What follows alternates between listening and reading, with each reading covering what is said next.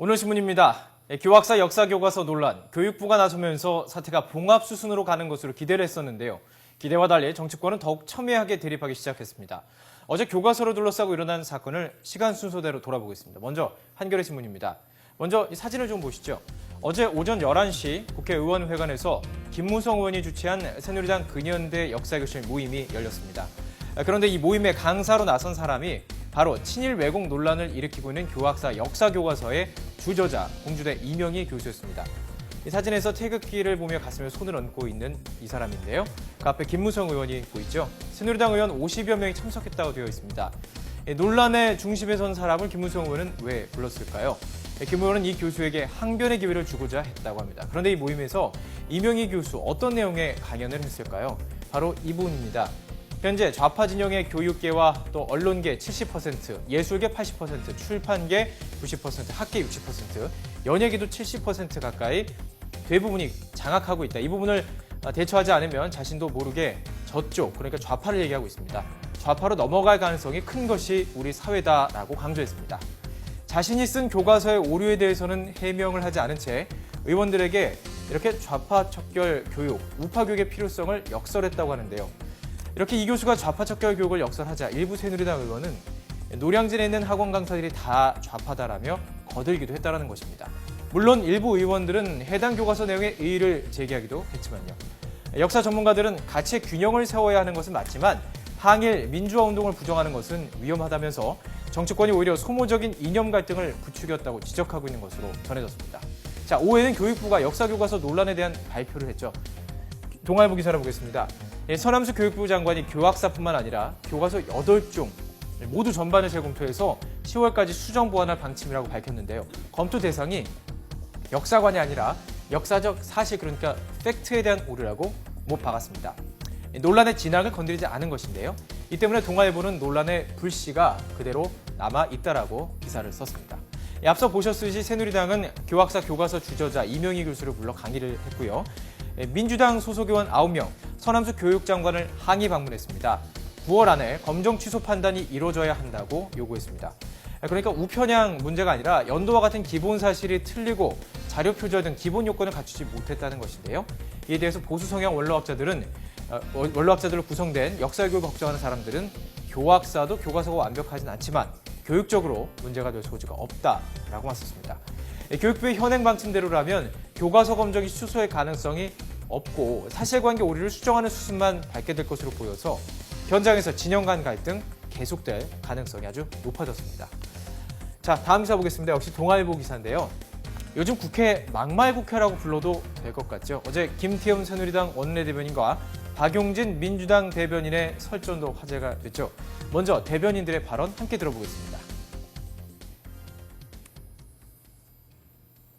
격한 피언으로 반대 정파를 종북으로 몰고 있다고 했고 경제민주화, 대북 정책에 대해서도 강도 높은 비판을 했습니다.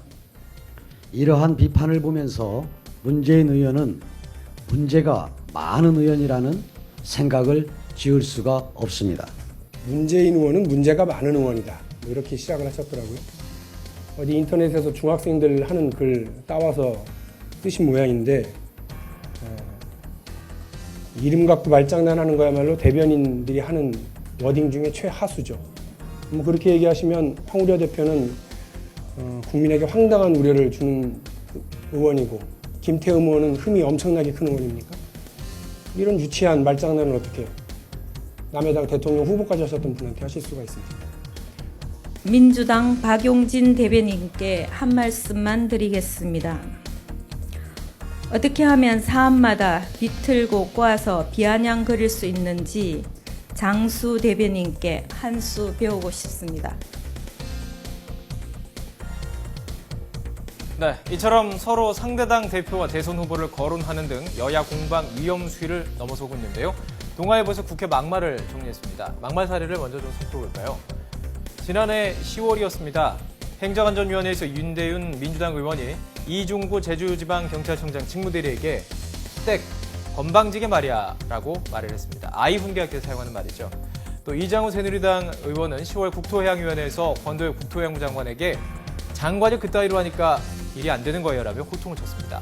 매우 심한 욕설까지 등장했습니다. 공공의료 국정조사에서 김효긴 민주당 의원이 경남도 행정부지사에게 던진 말이었습니다. 이렇게 말을 했습니다. 이렇게 막말의 경우와 빈도를 봤더니 반말을 사용한 경우가 156건, 당신이라며 호칭한 경우가 118건, 뻔뻔하다라는 표현 정말 많이 들어봤죠. 48건이나 있었습니다. 더욱 충격적인 것은요, 심각한 욕설, 정말 욕설 중에서도 최악에 속하는 그 단어, 지금 말을 하지 않겠습니다. 바로 이 단어가 6번이나 국회에 등장을 했다는 것입니다. 이처럼 이 막말을 가장 많이 하는 의원들도 정리가 되어 있는데요. 민주당에서는 서영교, 정청래, 박범계 의원, 새누리당에서는 김태흠, 임성태, 이장 의원들이었습니다. 국민을 대표하는 국회의원들 이래도 좋을까요? 일각에선 몸싸움은 없어졌지만 말싸움이 비집고 들어왔다며 선진국으로 가기 위해선 정치권부터 바뀌어야 한다고 지적하고 있습니다. 다음 기사입니다. 중앙일보 기사인데요. 제목부터 보겠습니다. 스펙만 쏟는 사회, 문제가 있다는 것입니다. 의사고시 시험까지도 대리시험을 찾고 있다는 것입니다. 인터넷에 대신응시라는 글을 아주 쉽게 검색할 수 있다고 하는데요. 이렇게 해서 검색한 내용 한 건에 100만 원에서 1000만 원까지 실제로 대리응시 브로커까지 아주 활개를 치고 있다는 것입니다. 이들은 단속을 피하려고 해외 메일로만 접촉을 하고 있다고 합니다.